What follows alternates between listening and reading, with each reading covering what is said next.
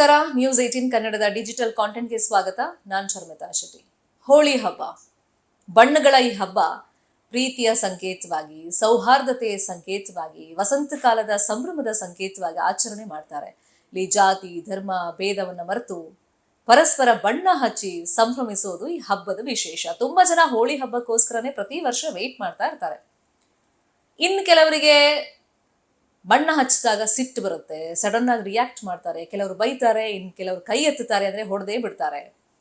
ಇನ್ನು ಹೋಳಿ ಹಬ್ಬದ ಸಂದರ್ಭದಲ್ಲಿ ಪಾರ್ಟಿ ಮಾಡುವಾಗ ಒಂದಿಷ್ಟು ವಿಷಯವಾಗಿ ಗಲಾಟೆ ಆಗಿರೋದು ಹುಡುಗರ ಮಧ್ಯೆ, ಅದನ್ನು ಕೂಡ ನಾವು ನ್ಯೂಸ್ ಅಲ್ಲಿ ನೋಡಿದೀವಿ. ಮಹಾರಾಷ್ಟ್ರದ ನಾಗ್ಪುರದಲ್ಲಿ ಒಂದು ವಿಚಿತ್ರವಾದ ಘಟನೆ ನಡೆದಿದೆ ಈ ಹೋಳಿ ಹಬ್ಬದ ದಿವಸ. ಮಹಾರಾಷ್ಟ್ರದ ನಾಗ್ಪುರ್ನ ಕೊರಾಡಿ ಗ್ರಾಮದಲ್ಲಿ ನಡೆದಿರುವಂತ ಒಂದು ಘಟನೆ ಇದು.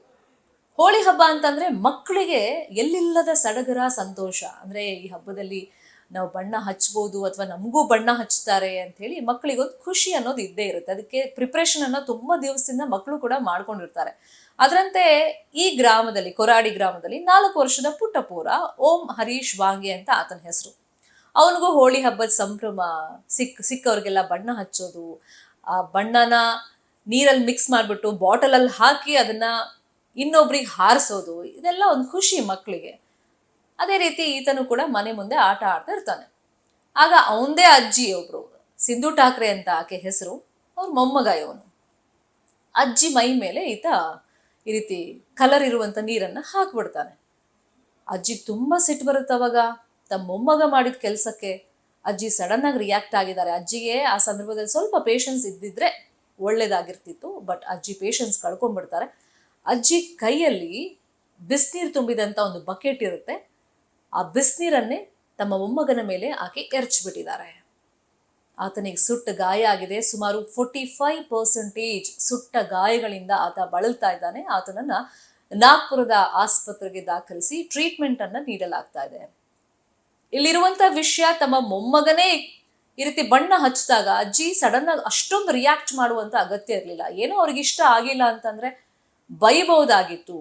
ಬಟ್ ಈ ರೀತಿ ಬಿಸಿನೀರನ್ನ ಸುರಿದಿರೋದು ಎಷ್ಟು ಮಟ್ಟಿಗೆ ಸರಿ ಅಂತ ಹೇಳಿ ಚರ್ಚೆಗಳಾಗ್ತಾ ಇದೆ. ಅಂದ್ರೆ ಹೋಳಿ ಹಬ್ಬದ ಸಂದರ್ಭದಲ್ಲಿ ತಮ್ಗೆ ಇಷ್ಟ ಇಲ್ದಿದ್ರು ಬಣ್ಣ ಹಾಕ್ತಾರಲ್ಲ, ಸೊ ಆ ಟೈಮ್ನಲ್ಲಿ ಒಂದಿಷ್ಟು ಗಲಾಟೆ ಆಗೋದು ಅಥವಾ ಬೈಗುಳ ಆಗೋದು, ಹೊಡೆದಾಟ ಆಗೋದು, ಇಂಥದ್ದೆಲ್ಲ ನಾವು ನೋಡಿದೀವಿ. ಬಟ್ ತಮ್ಮ ಮೊಮ್ಮಗನ ಮೇಲೇನೆ ಅಜ್ಜಿ ಈ ರೀತಿ ಬಿಸಿನೀರನ್ನ ಸುರಿದಿರೋದ್ರ ಬಗ್ಗೆ ಈಗ ಸೋಷಿಯಲ್ ಮೀಡಿಯಾದಲ್ಲಿ ಸಿಕ್ಕಾಪಟ್ಟೆ ಚರ್ಚೆಗಳಾಗ್ತಾ ಇದೆ. ಇನ್ನು ಈ ಬಗ್ಗೆ ಪೊಲೀಸರು ಒಂದು ದೂರನ್ನು ಕೂಡ ದಾಖಲು ಮಾಡ್ಕೊಂಡಿದ್ದಾರೆ. ಈ ದೂರಿನ ಆಧಾರದಲ್ಲಿ ಮುಂದೆ ಪೊಲೀಸರು ಯಾವ ತರ ಕ್ರಮಗಳನ್ನ ಕೈಗೊಳ್ತಾರೆ ಅಜ್ಜಿ ಮೇಲೆ, ಈ ಕುರಿತಂತೆ ಈಗ ಸೋಷಿಯಲ್ ಮೀಡಿಯಾದಲ್ಲಿ ತುಂಬಾ ಚರ್ಚೆ ಆಗ್ತಿದೆ. ಆ ಅಜ್ಜಿಗೆ ಕಠಿಣ ಶಿಕ್ಷೆ ಆಗಬೇಕು ಅಂತಾನೂ ಕೂಡ ಆಗ್ರಹಗಳು ಕೇಳಿ ಬರ್ತಾ ಇದೆ. ಅಂದ್ರೆ ಪುಟ್ಟ ಮಗು, ತಮ್ಮದೇ ಮೊಮ್ಮಗ ಅನ್ನೋದನ್ನು ನೋಡ್ದೆ ಅಜ್ಜಿ ಬಿಸ್ತೀರನ್ನ ಸುರಿದಿರೋದು ಎಷ್ಟು ಮಟ್ಟಿಗೆ ಸರಿ? ಅಂದ್ರೆ ಬಣ್ಣ ತೊಳೆದಿದ್ರೆ ಹೋಗ್ತಾ ಇತ್ತು.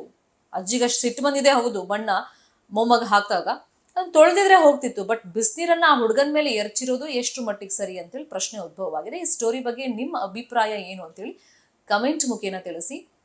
ನ್ಯೂಸ್ 18 ಕನ್ನಡ ನಾವು ಎಲ್ಲ ಡಿಜಿಟಲ್ ಮೀಡಿಯಾ ಪ್ಲಾಟ್ಫಾರ್ಮ್ನಲ್ಲೂ ಲಭ್ಯವಿದ್ದೀವಿ. ನಮ್ಮನ್ನ ಫಾಲೋ ಮಾಡಿ, ಸಬ್ಸ್ಕ್ರೈಬ್ ಮಾಡಿ. Thank you so much. ನಿರ್ಭೀತ, ನಿಷ್ಪಕ್ಷಪಾತ, ವಿಶ್ವಾಸಾರ್ಹ ಸುದ್ದಿಗಳಿಗೆ ಮತ್ತೊಂದು ಹೆಸರಾಗಿರುವಂತ ನ್ಯೂಸ್ 18 ಕನ್ನಡ ಈಗ ಆಪ್ನಲ್ಲೂ ಲಭ್ಯವಿದೆ. ದಯವಿಟ್ಟು ಇಲ್ಲಿರುವಂತ QR ಕೋಡ್ ಸ್ಕ್ಯಾನ್ ಮಾಡಿಕೊಂಡು ಆಪ್ ಡೌನ್ಲೋಡ್ ಮಾಡೋದಕ್ಕೆ ಮರಿಬೇಡಿ. ನಿಮ್ಮ ಬೆಂಬಲ ಹೀಗೆ ಸದಾ ನಮ್ಮೊಂದಿಗಿರಲಿ. ಧನ್ಯವಾದ.